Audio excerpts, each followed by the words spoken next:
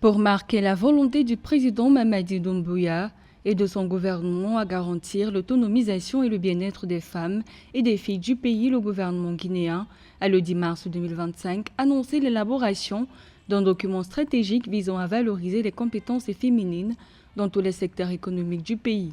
Ce document vise en outre le développement du capital humain en vue de renforcer la lutte contre l'exclusion et les inégalités sociales.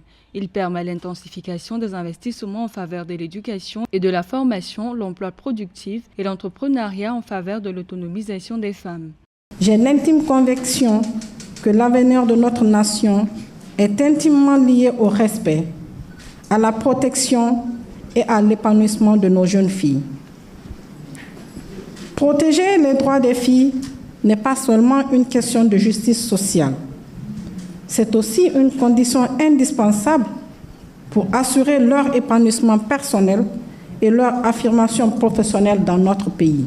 En Guinée, les femmes représentent plus de 52% de la population et sont actives dans des secteurs tels que l'agriculture, l'élevage, le commerce. Selon le Programme des Nations Unies pour le développement durable ne peut être atteint sans la participation de toutes les franges de la société, hommes et femmes confondus.